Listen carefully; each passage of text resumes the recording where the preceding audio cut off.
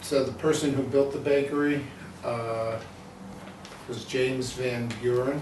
He built the bakery in 1883.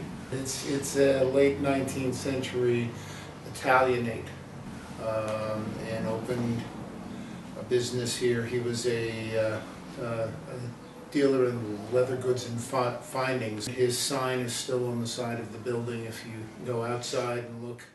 By 1907, the Reher family bought it and turned it into a bakery. Frank Reher was the immigrant. He came from Prussia in the 1880s, and at that time life was very hard for Jews in Eastern Europe. They often fled because of poverty and because they had to go into the army.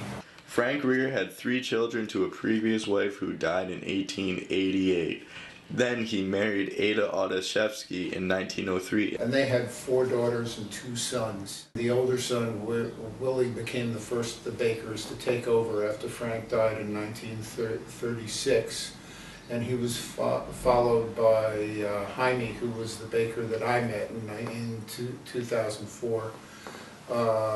And they baked and delivered. The 4 sisters, one of them baked from time to time, helped down in the bakery. One of them kept the storefront, another one kept the books, and another one was responsible for keeping the upstairs here clean and cooking for all of them. The Rondout area used to be the center of business for Kingston. It was a major enterprise, and the things that came on here were major enterprises. That all changed by the beginning of the 20th century.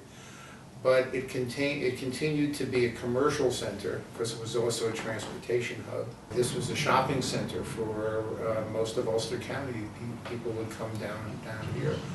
That started to change in the 1920s and 30s when bridges were built over the Hudson, and more traffic was diverted around Kingston. By the 50s, you had the thruway, and IBM then settling in town of Ulster, north of here.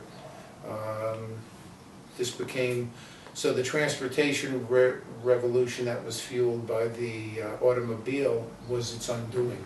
This is a picture of the bakery and the surrounding Rondout Valley. Here's a close-up of the bakery. Here's another picture of the bakery. Here's the bakery today. Here's a picture of the Rondout Valley now. As you can see, trees have replaced all of the buildings.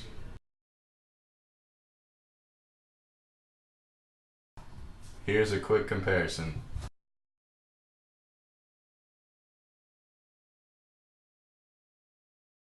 This is the main room and the entrance.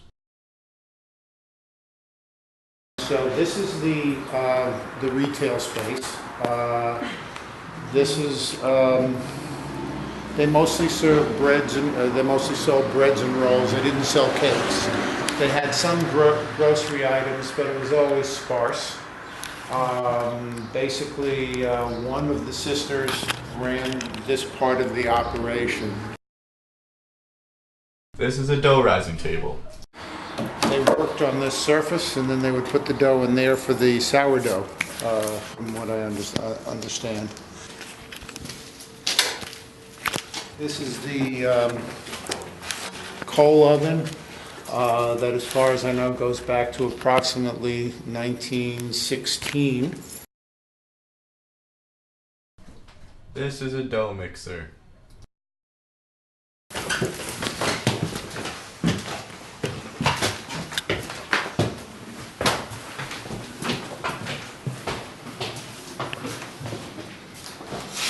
This was the main living quarters for the family. For most of the time, they basically all lived in here. This is a bedroom.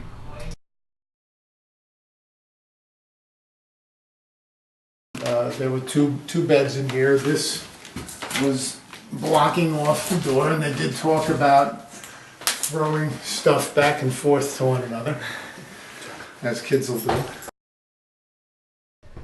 As you can see here, this is the main bedroom. It had about 2 to 3 beds in it. This is another bedroom. It had about 2 beds in it.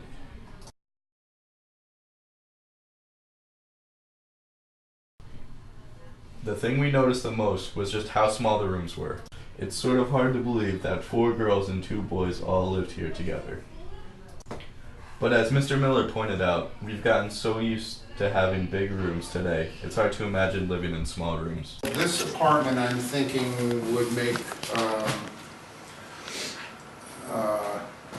I would like to see refit as it would have looked as a living space. The restoration of the bakery is going well, and with contributions from the community, it can be restored to the great building it once was.